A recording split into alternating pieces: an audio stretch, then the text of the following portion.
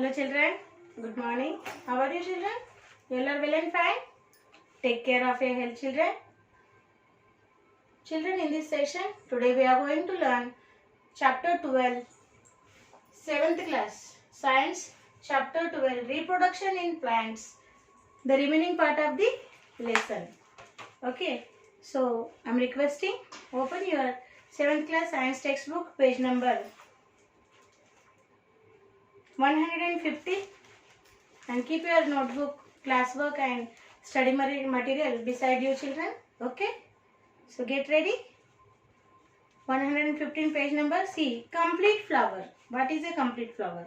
A flower that has 4 or more whorls at least one each of calyx means sepals, corolla, petals, androecium means stamens, and gynoecium means pistil is called a complete flower.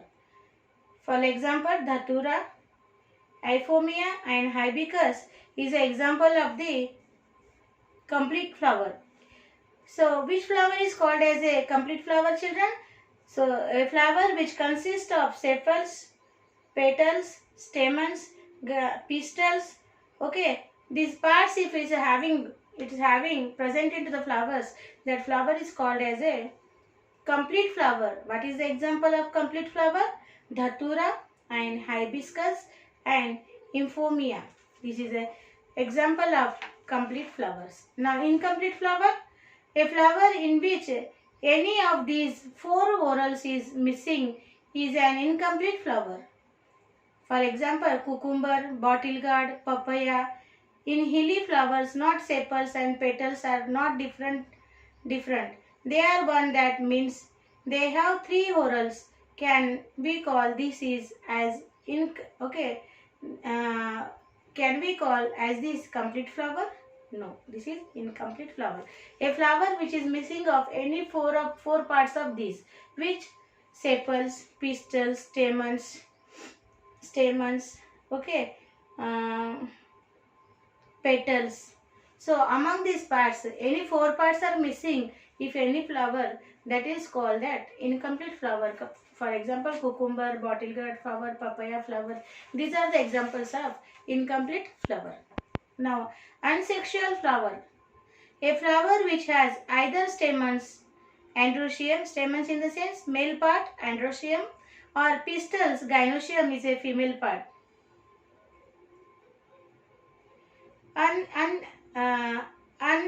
Unsexual flower. Example, cucumber. A flower which has either stamens or pistils is called unsexual flower. For example, cucumber, bottle gourd, bitter gourd. These are unsexual flowers.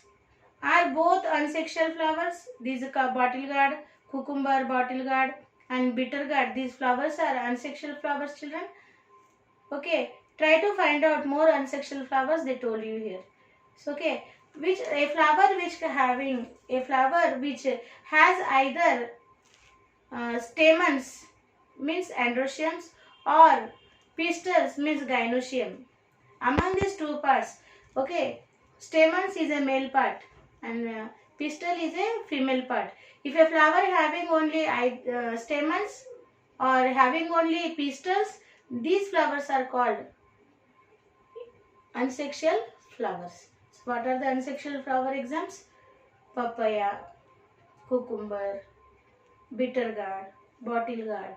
These flowers are unsexual flowers. Now, bisexual flowers. Bisexual flowers. A flower that has both stamens and pistils, androecium and gynoecium. For example, Dhatura, Hibiscus, Euphormia is called bisexual flowers. Bottle gourd, watermelon and papaya or any other plant bearing unsexual flowers, whether the male and female flowers are born on the same plant or on separate plant. Collect hibiscus, cucumber, bitter gourd, Dhatura, Euphormia, bottle gourd flowers, etc. Observe the different parts in them. Record your observation in the table 3. Okay, they told you collect the different types of flowers and we observe that parts Okay, what the parts, sexual parts and unsexual parts you have to observe and write the observation into the table 3 they told you children. Okay, you have to do that activity by your own.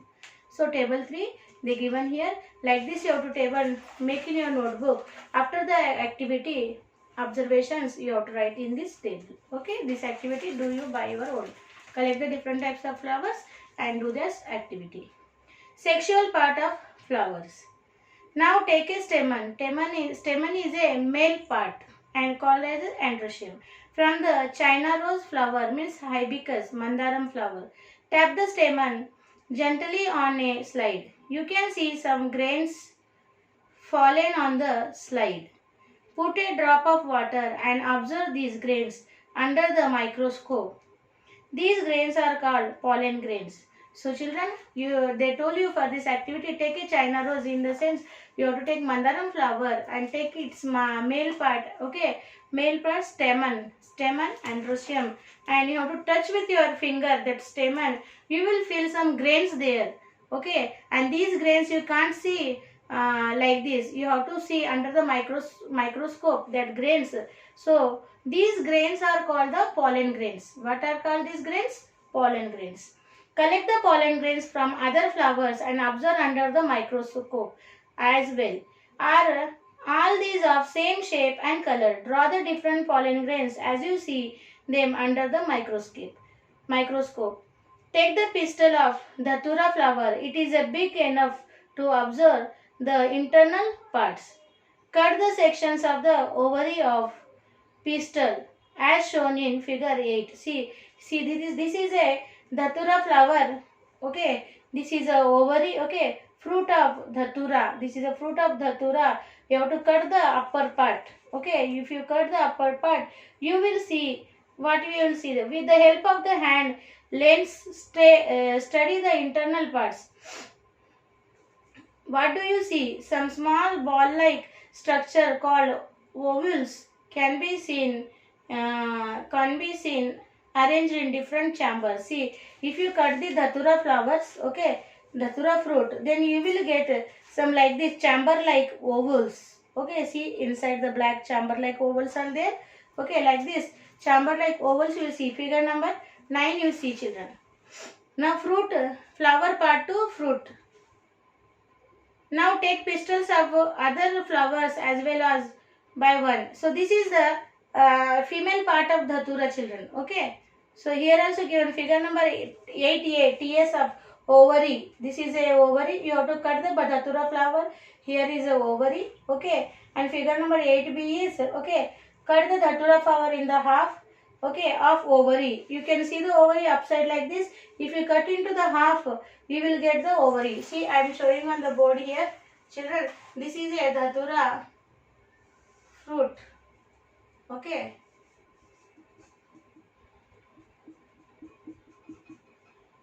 This is a Datura fruit. Okay. If you cut like into the half, it will be looks like this.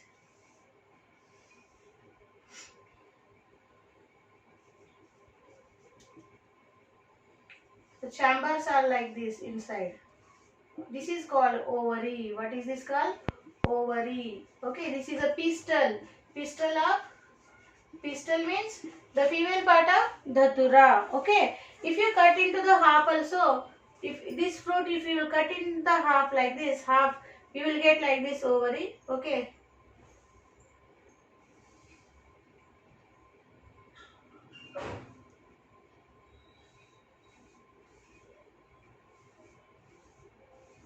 These are the chambers. Into the fully you can see this. If you will cut like into the half like this. Okay. So like this chamber. These are called the pistils. Female part of the Datura plant. Now flower part 2, fruit. We'll see here. Let us do 3. Collect a pistil and fruit from Datura plant. Cut the transverse section of both ovary of pistil and fruit. Observe the internal structure of both the section cutting with the help of a hand lens. Are there any similarities between these two? So they told you cut the Datura fruit, okay, into that half and observe that ovaries and pistils. Okay, Collect pistil and fruit of cucumber. Behind, okay, bhendi, lady's finger. Cut and beans and do the above activity. Write your observation. What similarities do you bean the ovary and fruit of the same species? Okay, so with the dhatura, you have to take the okay fruit of bhendi. Okay, lady's finger you have to cut. You have to cut the cucumber. You have to cut the beans, and you have to observe that. So any there similarities, you have to write the observation they told you. Okay. Now let us do 4. In the 4C, observe a bottle gourd plant in a garden. It has unsexual flowers, male and female flowers separately. Select 10 female birds of the transfer of pollen grains from another to stigma known as pollination. After 1 week, observe the pollinated and non-pollinated flowers. Pollinated flowers develop into fruits, whereas non-pollinated flowers do not.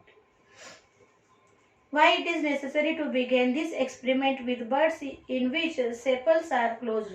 Why are the birds enclosed in polythene bags? Why are the non-pollinated flowers also covered with the polythene bags? So this experiment we will do when the schools will be physically reopened. Children, into the science labs we will do. Okay. It is possible being at home with your elder brothers, sisters, those are helping you. You can do it, the children. Once you have to read it that and do the experiment. Agents of pollinations will see. How do these pollen grains fall on the stigma? How do the pollen grains fall on the stigma? We'll see. Air, water, animals, insects, humans, etc. Humans act as agents of pollination. Who are the agents of pollination, children? The question will be asked for you. Air, water, animals, insects, human acts are the agents of the pollination. They carry pollen grains from another to the stigma. Insects like butterflies suck nectar from flowers. At that time, pollen grains of that flower stick to the legs of the butterfly. When the butterfly goes to another flower for nectar, the pollen grains that have stuck to its legs fall on that flower. So, how the pollinations will be take place, children? Okay, when the butterflies sat on the flower and stuck the nectar to suck the honey from the flower, that time the pollen grains paste to the legs of the butterfly. When this butterfly will fly on the other flower to suck the nectar, that time these pollen grains which are paste to its legs will fall onto that flower, and then pollination will be took place there. Now here they given the fertilization. Okay, fertilization. They given one diagram here, children. So okay, 5 take 2 slides, put 2-3 drops of sugar solution. So they given to you this experiment for doing, you children, pollination. Okay, so fertilization diagram we will draw onto the board. You have to draw into the notebook, children.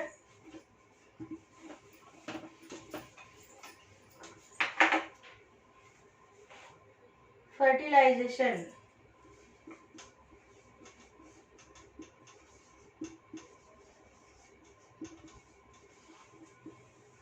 Fertilization. So these are the pollen grains, children. Okay. So we'll draw like this neatly.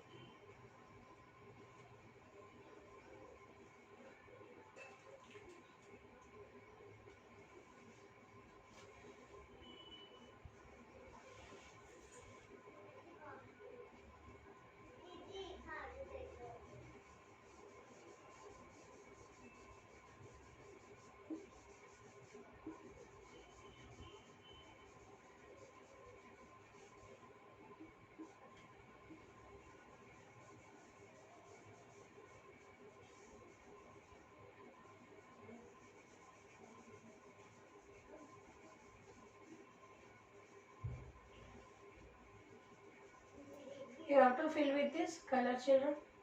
Okay, fill with this color.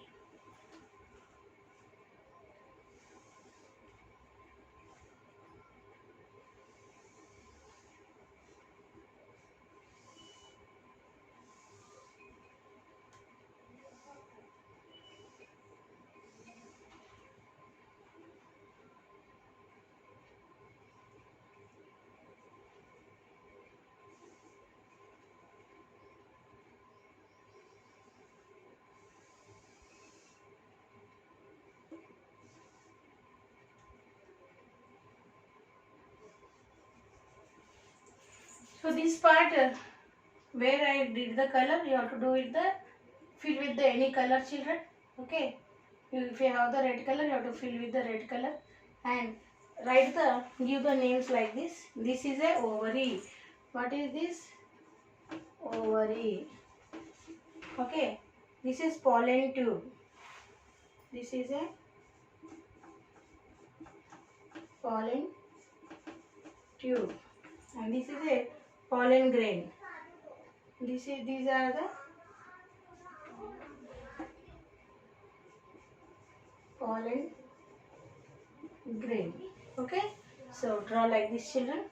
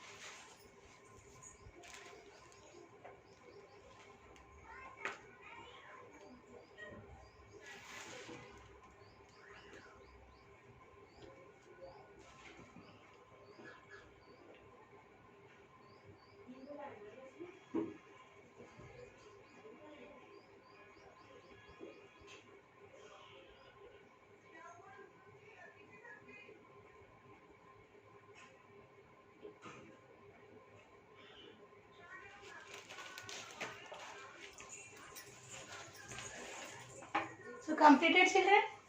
This is a fertilization.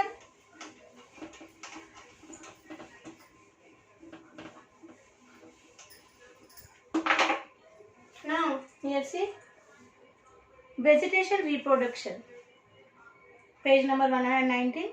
Production of new plants from vegetative parts of a plant, that is root, stem and leaf, is known as vegetation reproduction. Let us do. Do you know how farmers produce potatoes in their fields? Take potato and observe it. It has a number of small depressions on its surface. These are known as eyes. Cut the potato into pieces such that there is an eye in each piece. Remove the eyes from some of these pieces. Fill cups Fill 2 cups with soil. Plant the piece with eyes in 1 cup and label the cup as with eyes, and those without eyes in another cup named as without eyes. Water both Water both cups daily and observe that happens. In which cup do potato plants sprout? Here is a picture of a plant called Bryophyllum. Bryophyllum. Okay. Bra- Bryophyllum. Bryophyllum. Figure number 13. See children. You can see baby plant on the edge of the leaves. Can we say that the bryophyllum plant reproduces through its leaves? In our garden, we grow plants like rose, hibiscus, and jasmine by cutting a small branch and planting them in the soil. Which other plant can be grown from its cutting? Name of such plants. Vegetative reproduction in some plants, they given the chart. So children here told how the farmers can cultivate the potatoes. So you take your potato and observe on that. Okay, some potato eyes you will find on the surface. You have to cut the potato eyes with the potato cut with its eyes, and you have to put in the soil. In a cup you take the soil, and in that you have to put into the soil that potato with the eyes, and another cup you have to put the potato without eyes. Label the cups. Daily water that cups.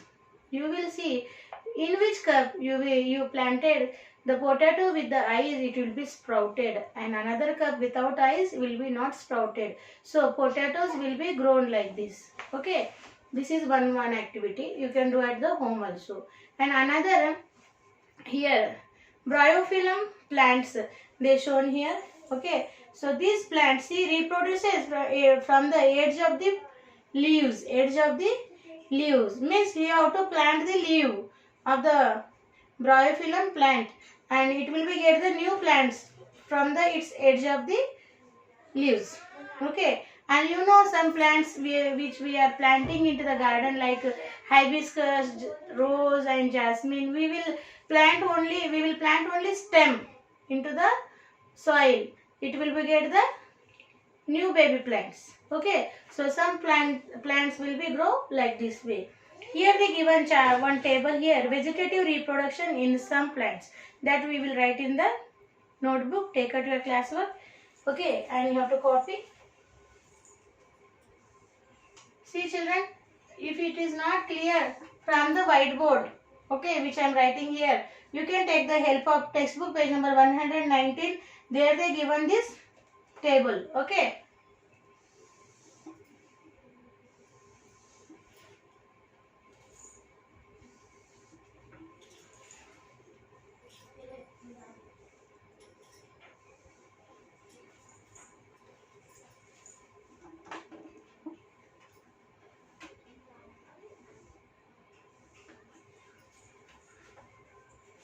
Serial number, plant, part of plant,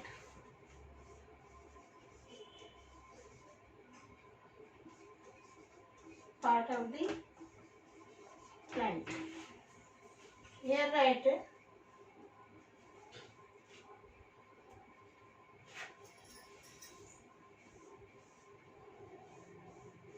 1,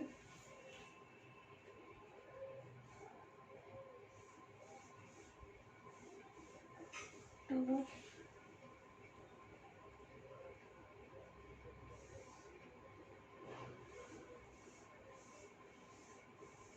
3,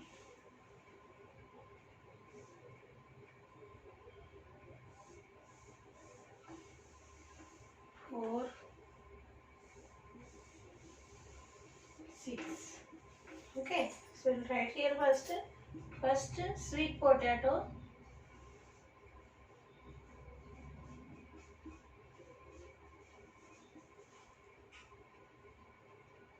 carrot, turnip, radish, carrot, turnip and radish. How it will be grow? New plants grow from the modified root. New plants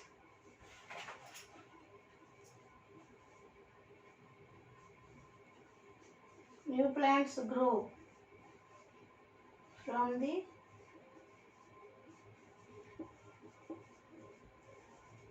modified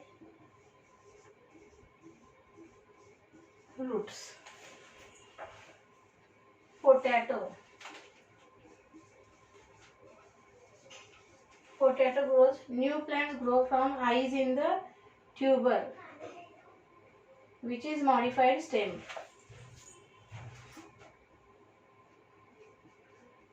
New plants grow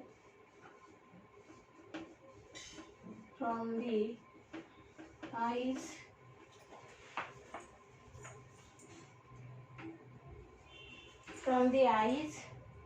in the tuber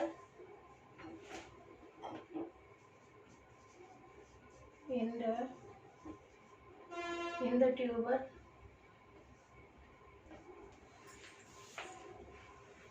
which is a modified stem, which is a modified stump. Onion, garlic, tuberose, lilies, and onion, garlic, lilies.